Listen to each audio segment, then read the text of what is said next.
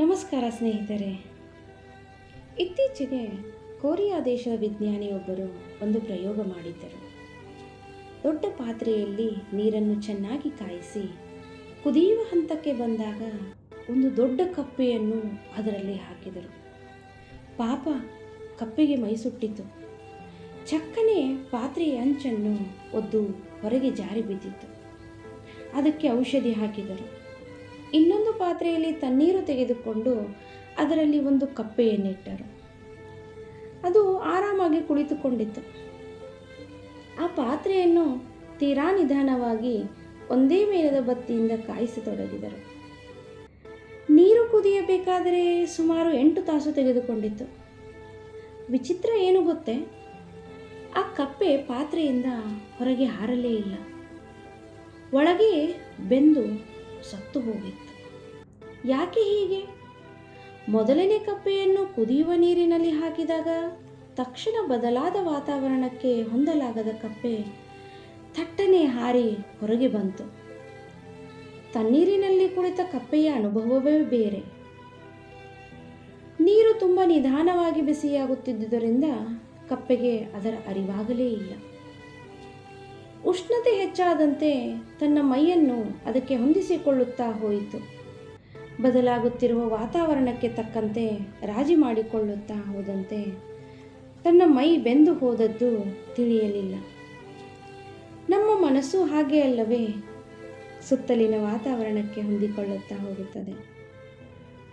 ಒಂದು ಸ್ವಚ್ಛವಾದ, ಶಾಂತವಾದ ಧ್ಯಾನ ಮಂದಿರವನ್ನು ಕಲ್ಪಿಸಿಕೊಳ್ಳಿ. ಅಲ್ಲಿ ಜನ ಧ್ಯಾನ ಮಾಡುತ್ತಿದ್ದಾರೆ.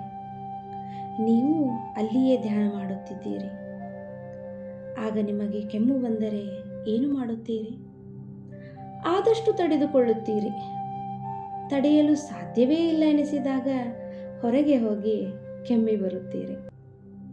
ಅಲ್ಲಿಯ ಶಾಂತತೆಯನ್ನು ಕದಡಲು ಮನಸ್ಸಾಗುವುದಿಲ್ಲ. ಅದೇ ನೀವು ಕೊಳಕು ತುಂಬಿದ ಮಾರ್ಕೆಟಿನಲ್ಲಿದ್ದೀರಿ ಎಂದು ಭಾವಿಸಿ. ಅಲ್ಲಿಯ ಜನರನ್ನು ಗಮನಿಸಿ. ಜನ ಕಿರಿಚಾಡುತ್ತಿರುತ್ತಾರೆ. ಅಲ್ಲಿಯೇ ಉಗಿಯುತ್ತಾರೆ, ಹೊಲಸು ಮಾಡುತ್ತಾರೆ. ಆಗ ನೀವು ಕಿರಿಚುತ್ತೀರಿ, ಕೊಳಕು ಬಿಸಾಕುತ್ತೀರಿ. ಸುತ್ತಮುತ್ತ ಕೊಳಕಿದೆಯಲ್ಲ, ಅದು ನೀವು ಕೊಳಕನ್ನು ಅಲ್ಲೇ ಹಾಕುವಂತೆ ಪ್ರೇರೇಪಿಸುತ್ತದೆ. ನೀವು ಮಾಡಿದ್ದು ತಪ್ಪು ಎನಿಸುವುದಿಲ್ಲ. ಇದೇ ಸುತ್ತಲಿನ ವಾತಾವರಣದ ಪ್ರಭಾವ. ಇದು ದೈಹಿಕ ವಾತಾವರಣವೂ ಆಗಿರಬಹುದು, ಮಾನಸಿಕ ವಾತಾವರಣವೂ ಆಗಬಹುದು.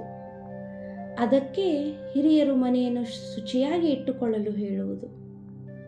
ಶಾಲೆಗಳು, ದೇವಸ್ಥಾನಗಳು, ನಮ್ಮ ಸಾರ್ವಜನಿಕ ಸ್ಥಳಗಳು ಸ್ವಚ್ಛವಾಗಿದ್ದಲ್ಲಿ ಎಲ್ಲರಿಂದ ಸ್ವಚ್ಛತೆ ಅಪೇಕ್ಷಿಸುತ್ತವೆ. ಅಂತೆಯೇ ನಾವು ಒಳ್ಳೆಯ ಜನರ, ಸುಸಂಸ್ಕೃತರ ಮಧ್ಯದಲ್ಲಿದ್ದರೆ ನಮ್ಮ ಮನಸ್ಸೂ ಸುಸಂಸ್ಕೃತವಾಗಿರುತ್ತದೆ. ಒರಟು ಜನರ ಸಹವಾಸ, ಕೆಟ್ಟ ಟಿವಿ ಕಾರ್ಯಕ್ರಮಗಳು, ಹಿಂಸೆ, ಲೈಂಗಿಕತೆಯನ್ನು ಹಸಿಯಾಗಿ ತೋರುವ ಸಿನಿಮಾಗಳು ಮನಸ್ಸನ್ನು ರಾಡಿ ಮಾಡಿಬಿಡುತ್ತವೆ. ಸುಸಂಸ್ಕೃತ ಸಮಾಜದ ನಿರ್ಮಾಣಕ್ಕೆ ಆಹ್ಲಾದಕರ ವಾತಾವರಣ ಅಗತ್ಯ. ಅಂತರಂಗ ಶುದ್ಧಿ ಬಹಿರಂಗ ಶುದ್ಧತೆಗೆ ಪ್ರೇರಕ.